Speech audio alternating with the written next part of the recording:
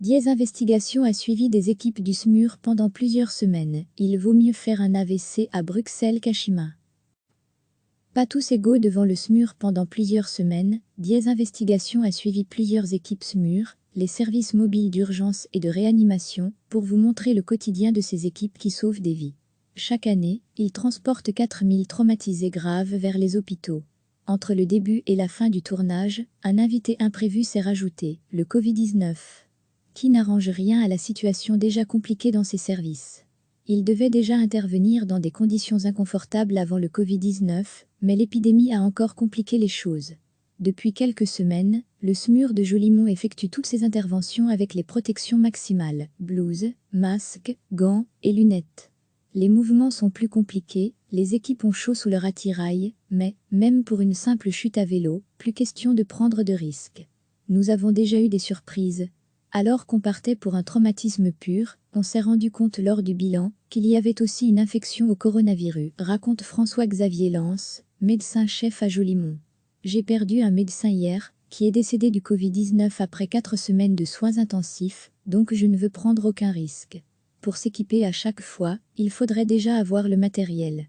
Certaines sociétés d'ambulance ont acheté leur matériel de protection au bricot, déplore François-Xavier Lance. Et le refrain ne date pas du Covid-19. Les urgences, comme l'entièreté du monde médical, manquent cruellement de moyens.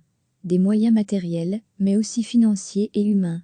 Selon Pierre Moll, chef des urgences à l'hôpital Saint-Pierre à Bruxelles, il manque entre 1000 et 1500 urgentistes en Belgique. Et à côté des urgences fixes, tous les hôpitaux n'ont même pas les moyens d'avoir un service SMUR. Le coût en entretien et en personnel de ces services mobiles est très important.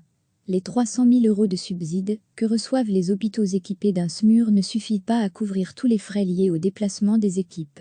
Résultat, seul un tiers des hôpitaux du pays a son propre service. Les autres se contentent d'un service ambulancier classique, sans médecin à bord. Déjà en pénurie, les services SMUR sont en plus réquisitionnés pour des missions qui devraient être remplies par d'autres. Pour constater des décès par exemple. Quand on ne trouve pas de médecin dans les plus brefs délais, pour constater un décès, le 112 nous réquisitionne, explique le médecin urgentiste Karim Bouchouari. Autre surcharge, les appels inutiles. Tout comme leurs collègues des urgences, qui reçoivent des patients qui auraient pu simplement aller chez leur médecin traitant, les services SMUR sont parfois appelés inutilement. Lors de notre tournage, avec le SMUR de Jolimont, les équipes ont par exemple enchaîné 2 cas, qui paraissaient inquiétants au téléphone. Au final, il s'agissait d'une bronchite et d'une grippe, et le phénomène augmente. Les gens appellent de plus en plus le 112, pour un oui ou pour un non. Et le 112 envoie souvent une équipe, par précaution.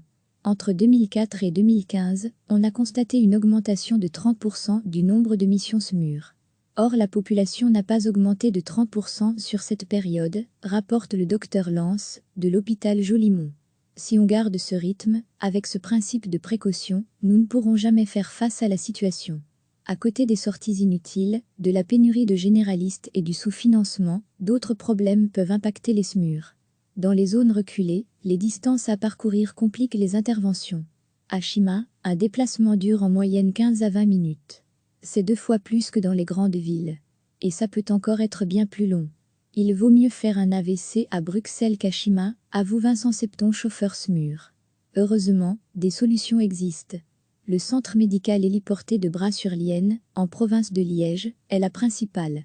Un hélicoptère est prêt à décoller, en permanence, pour des interventions dans des zones reculées. Il ne faut que 10 minutes pour rejoindre une zone à plus de 50 km de la base. Le gain de temps est énorme et, dans ce domaine, chaque minute compte. Pour résoudre tous les problèmes du SMUR, il faudra plus qu'un hélicoptère. De nombreuses pistes sont évoquées. Certains urgentistes demandent de renforcer la collaboration avec les généralistes, comme ce fut le cas pendant le pic de l'épidémie de coronavirus. D'autres veulent une réforme du 112 pour être mieux guidés en intervention. Quelle que soit la piste privilégiée, l'objectif est le même, augmenter l'efficacité des services mobiles et donc le nombre de vies sauvées. Retrouvez notre immersion au sein des services mobiles d'urgence, ce mercredi soir vers 20h20 sur la Une et sur Ovio. Pendant plusieurs semaines, Diez Investigation a suivi plusieurs équipes SMUR, les services mobiles d'urgence et de réanimation, pour vous montrer le quotidien de ces équipes qui sauvent des vies. Chaque année, ils transportent 4000 traumatisés graves vers les hôpitaux. Entre le début et la fin du tournage, un invité imprévu s'est rajouté, le Covid-19, qui n'arrange rien à la situation déjà compliquée dans ces services. Il devait déjà intervenir dans des conditions inconfortables avant le Covid-19, mais l'épidémie a encore compliqué les choses. Depuis quelques semaines, le SMUR de Jolimont effectue toutes ses interventions avec les protections maximales, blouse, masque, gants et lunettes. Les mouvements sont plus compliqués, les équipes ont chaud sous leur attirail, mais, même pour une simple chute à vélo, plus question de prendre de risques. Nous avons déjà eu des surprises. Alors qu'on partait pour un traumatisme pur, on s'est rendu compte lors du bilan qu'il y avait aussi une infection au coronavirus, raconte François-Xavier Lance, médecin-chef à Jolimont. J'ai perdu un médecin hier, qui est décédé du Covid-19 après 4 semaines de soins intensifs, donc je ne veux prendre aucun risque. Pour s'équiper à chaque fois, il faudrait déjà avoir le matériel. Certaines sociétés d'ambulance ont acheté leur matériel de protection au bricot, déplore François-Xavier Lance. Et le refrain ne date pas du Covid-19. Les urgences, comme l'entièreté du monde médical, manquent cruellement de moyens. Des moyens matériels, mais aussi financiers et humains. Selon Pierre Moll, chef des urgences à l'hôpital Saint-Pierre à Bruxelles, il manque entre 1000 et 1500 urgentistes en Belgique. Et à côté des urgences fixes, tous les hôpitaux n'ont même pas les moyens d'avoir un service SMUR. Le coût en entretien et en personnel de ces services mobiles est très important. Les 300 000 € de subsides que reçoivent les hôpitaux équipés d'un SMUR ne suffit pas à couvrir tous les frais liés au déplacement des équipes. Résultat, seul un tiers des hôpitaux du pays a son propre service. Les autres se contentent d'un service ambulancier classique, sans médecin à bord. Déjà en pénurie, les services SMUR sont en plus réquisitionnés pour des missions qui devraient être remplies par d'autres. Pour constater des décès par exemple.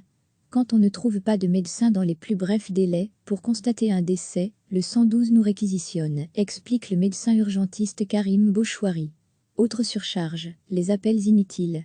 Tout comme leurs collègues des urgences, qui reçoivent des patients qui auraient pu simplement aller chez leur médecin traitant, les services SMUR sont parfois appelés inutilement.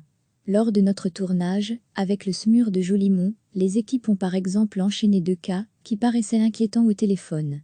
Au final, il s'agissait d'une bronchite et d'une grippe, et le phénomène augmente. Les gens appellent de plus en plus le 112, pour un oui ou pour un non. Et le 112 envoie souvent une équipe, par précaution. Entre 2004 et 2015, on a constaté une augmentation de 30% du nombre de missions SMUR. Or la population n'a pas augmenté de 30% sur cette période, rapporte le docteur Lance, de l'hôpital Jolimont. Si on garde ce rythme, avec ce principe de précaution, nous ne pourrons jamais faire face à la situation. Pas tous égaux devant le SMUR à côté des sorties inutiles, de la pénurie de généralistes et du sous-financement, d'autres problèmes peuvent impacter les SMUR. Dans les zones reculées, les distances à parcourir compliquent les interventions. À Chima, un déplacement dure en moyenne 15 à 20 minutes. C'est 2 fois plus que dans les grandes villes. Et ça peut encore être bien plus long. Il vaut mieux faire un AVC à Bruxelles qu'à Chima, avoue Vincent Septon, chauffeur SMUR. Heureusement, des solutions existent. Le centre médical héliporté de Bras-sur-Lienne, en province de Liège, est la principale. Un hélicoptère est prêt à décoller, en permanence, pour des interventions dans des zones reculées. Il ne faut que 10 minutes pour rejoindre une zone à plus de 50 km de la base. Le gain de temps est énorme et, dans ce domaine, chaque minute compte. Pour résoudre tous les problèmes du SMUR, il faudra plus qu'un hélicoptère. De nombreuses pistes sont évoquées.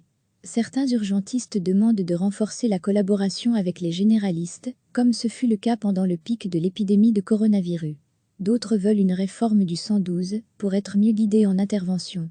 Quelle que soit la piste privilégiée, l'objectif est le même, augmenter l'efficacité des services mobiles et donc le nombre de vies sauvées. Retrouvez notre immersion au sein des services mobiles d'urgence, ce mercredi soir vers 20h20 sur la Une et sur Ovio. Cliquez sur s'abonner pour recevoir les dernières nouvelles.